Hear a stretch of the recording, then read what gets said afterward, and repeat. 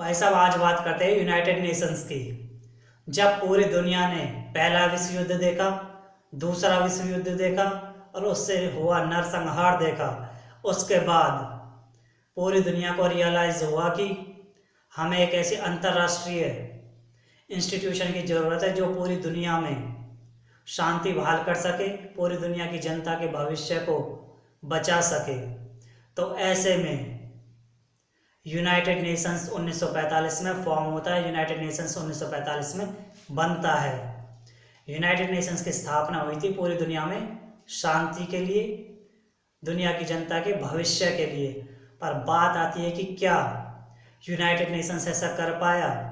मुझे तो लगता है कि नहीं कर पाया, क्योंकि जिस वक्त यूनाइटेड नेशंस बना उसके तुरंत बाद ही चाइना ने तिब्बत को कब्जा लिया, चाइना भारत में युद्ध हुआ, चाइना भारत में आए दिन स्टैंड ऑफ होता है, चाइना भारत में गलवान हो लिया, डोकलाम हो लिया।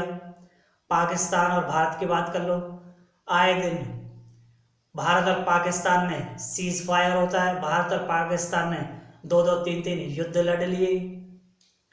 पश्चिमी देशों ने Iraq, Iran, Baghdad, Syria, Afghanistan में क्या किया ये पूरी दुनिया जानती है।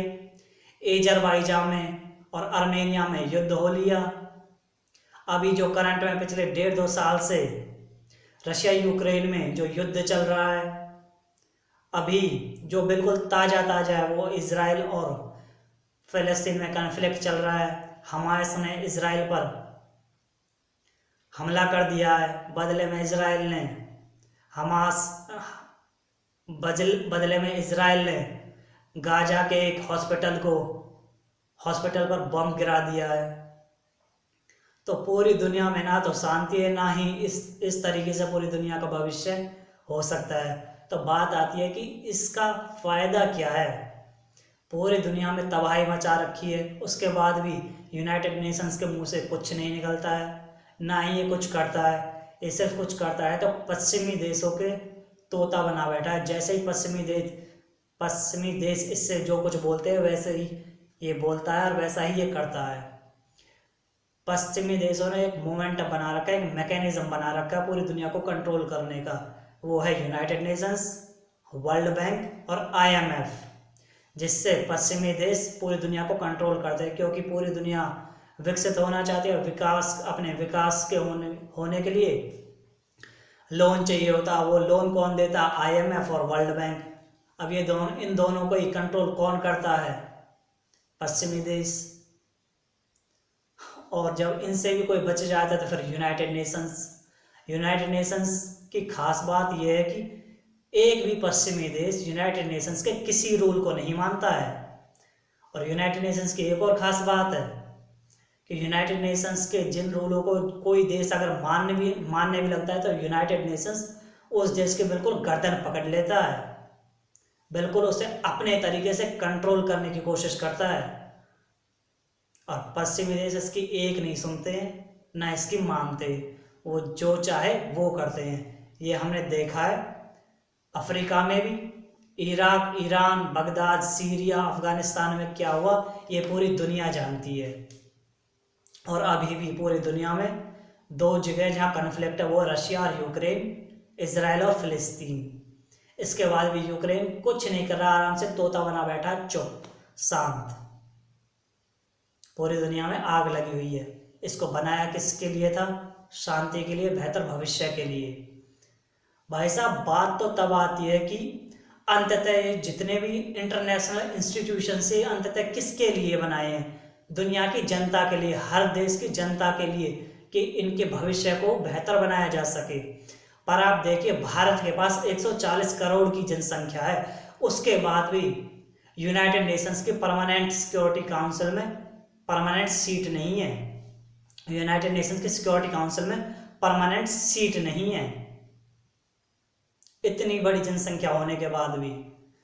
उधर अफ्रीका को देख लियो, अफ्रीका महाद्वीप कितना बड़ा है, उसकी भी लगभग भारत के जितनी ही जनसंख्या है, उसकी भी पूरे महाद्वीप में से किसी एक देश के पास भी यूनाइटेड नेशंस के सिक्योरिटी काउंसिल में परमानेंट सीट नहीं है, वीटो की पावर नहीं है।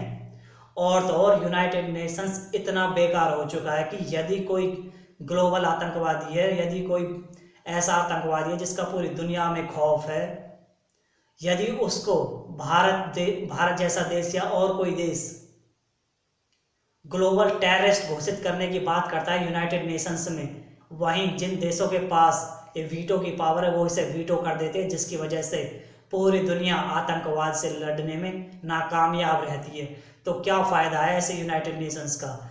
यूनाइटेड नेशंस में सबसे ख़राब बात यह है कि यूनाइटेड नेशंस में अपग्रेडेशन हो ही नहीं सकता है, सुधार हो ही नहीं सकता है। ऐसा कोई मैकेनिज्म ही नहीं है कि जिससे और किसी को परमानेंट सीट दी जा सके, वीटो पावर दी जा सके।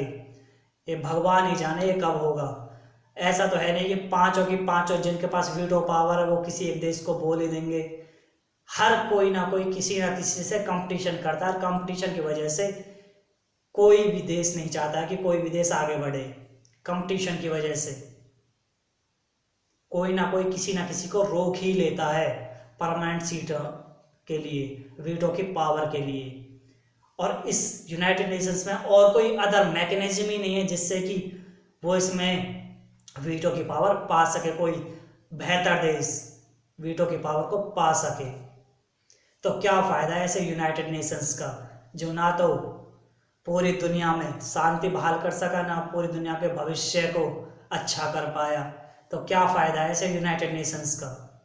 इससे तो कहीं अच्छा है कि एक और कोई अंतर्राष्ट्रीय मैकेनिज्म बने जहाँ पूरी दुनिया के देश आएँ, साथ बैठें और अच्छे से कोई और बेहतर इंस्टीट्यूशन बनाएं जिसमें सुधार की भी गुंजाइश हो।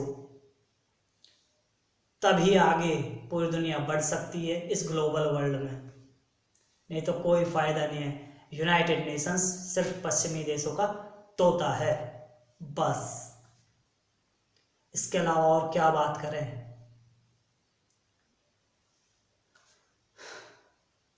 ना तो टेररिस्ट से लड़वाने में सक्षम है, ना किसी भी कॉन्फ्लिक्ट जोन में कुछ करने से सक्षम है यूनाइटेड नेशंस, ना ही किसी युद्ध को रोकने में यूनाइटेड नेशंस सक्षम है। तो फिर फ़ायदा क्या है? शांति के लिए बनाया गया था वो तो इससे हो ना रही, दुनिया का भविष्य के लिए बनाया गया था, ना उस भविष्य में कुछ हो बेहतर कर पा रहा भविष्य को, दुनिया के भविष्य को। तो फ़ायदा क्या है इस यूनाइटेड नेशंस का? इससे तो अच्छा कोई अंतर्राष्ट्रीय नई संस्था बनाई जाए बस। जय तिरंगा, जय भारत।